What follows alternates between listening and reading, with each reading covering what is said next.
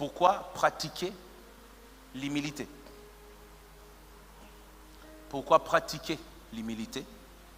Première chose, l'humilité révèle la nature du Christ en toi.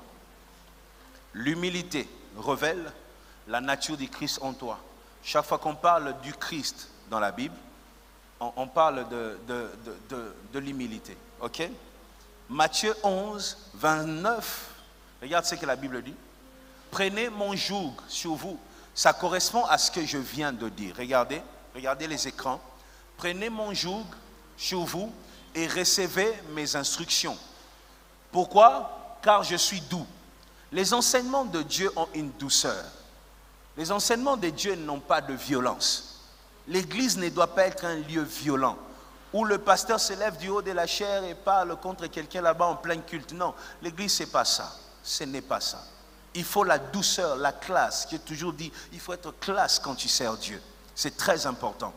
Jésus dit, prenez mon joug sur vous, recevez mes instructions, car je suis doux et humble de cœur. Jésus précise, l'humilité n'est pas une affaire d'apparence, ce n'est pas une affaire de vêtements, c'est une affaire de cœur. Je suis humble. Jésus dit, je suis humble. Si tu appartiens à Jésus, quand tu appartiens à IDPS, tu as un monnière sur ta tête.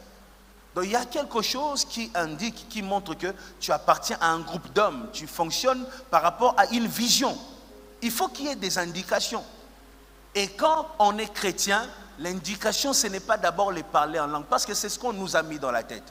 Le chrétien, c'est celui qui parle en langue. Voilà pourquoi celle qui ne parle pas en langue crée les parler en langue. Elle peut prendre leur langue du village, elle en fait un parler en langue. C'est ainsi quand on entend certains parler en langue, on attend qu'ils pendaient.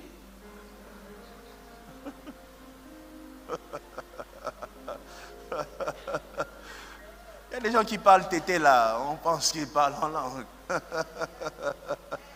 Tu vois ça? Le signe que tu as reçu le Saint-Esprit, que tu appartiens à Dieu, parmi les signes, ok?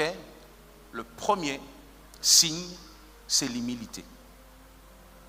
Avant tout ce que tu connais, l'humilité, parce que ton Dieu est humble. Christ est humble et tu dois être humble si tu es son enfant. Si tu lui appartiens, tu dois être humble.